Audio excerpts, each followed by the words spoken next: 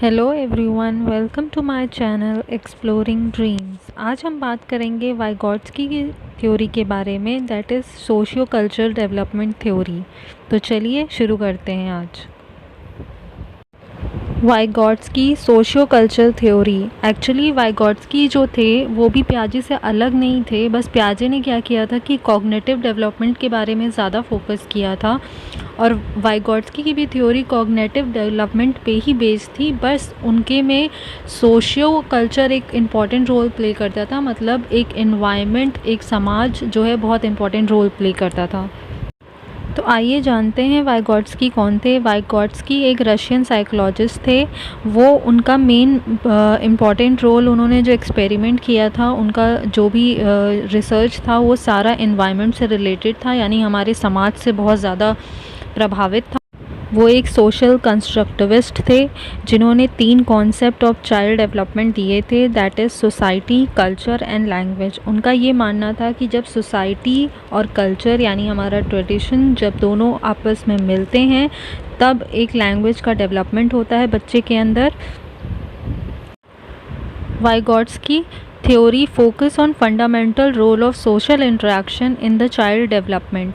मतलब ये है कि जो भी वाइगॉट्स्की ने अपनी थ्योरी में जितना भी कुछ रिसर्च किया था, उनकी थ्योरी में भी कॉग्निशन एक बहुत इम्पॉर्टेंट मेजर रोल प्ले करता था, लेकिन समाज के साथ जुड़कर उनका ये मानना था कि जब बच्चा समाज के साथ जुड़ेगा तो ज़्यादा मेंटल एबिलिटीज़ उसके अंदर स्ट्रॉन्ग होगी, प्रॉब्लम सॉल्विंग हैबिट्स ज़्यादा अच्छी होंगी, ज़्यादा बेहतर बनेंगी। He strongly believe that community plays an important role in the process of making meaning. ये बहुत इम्पॉर्टेंट पॉइंट है, मेकिंग मीनिंग। इनका मतलब ये था कि जब बच्चा अपनी कम्युनिटी यानी अपने आसपास के लोगों से जुड़ेगा तो एक अर्थ जो है, एक बहुत ही मीनिंगफुल चीज़ें सीखेगा, मतलब बहुत इम्पॉर्टेंट चीज़ें सीखेगा, उनके बहुत अच्छे मीनिंगफुल सेंटेंसेस सीख।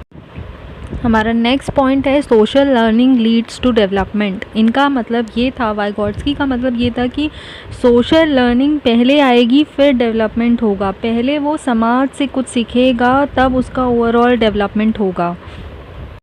वाइगॉट्स्की की थ्योरी में कुछ बहुत ही इंपॉर्टेंट पॉइंट्स हैं, जिसमें से एक है ZPD, that is zone of proximal development. इसका मतलब ये है कि difference between what child can achieve independently and what child can achieve with guidance and encouragement. So the process of learning is called ZPD।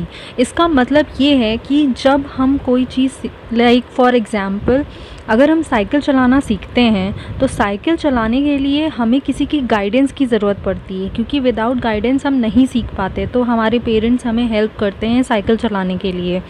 तो वो जो help करने और हमारे सीखने के बीच का जो प्रोसेस होता है, जो डिफरेंस होता है, वो ZPD कहलाता है।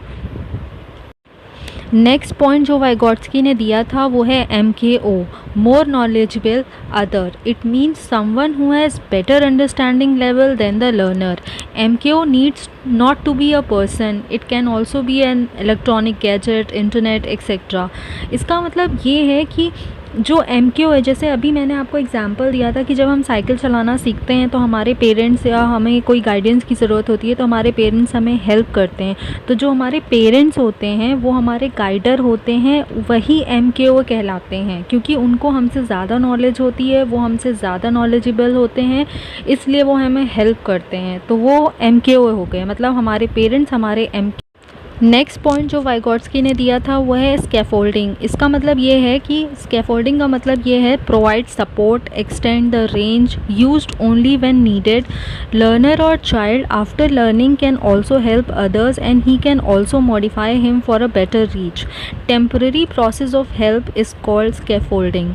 मतलब ये है, जो मैंने आपको एग्जाम्पल दिया था साइकिल चलाने वाला, तो जो हमें साइकिल चलाना सिखाता है वो MKO हो गया।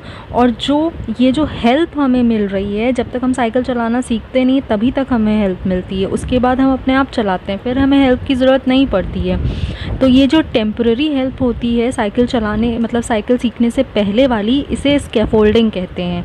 और जो डिफरेंस होता है एक हेल्पिंग नेचर और जब हम सीखते हैं और सीखने से पहले तक, वो होता है ZPD।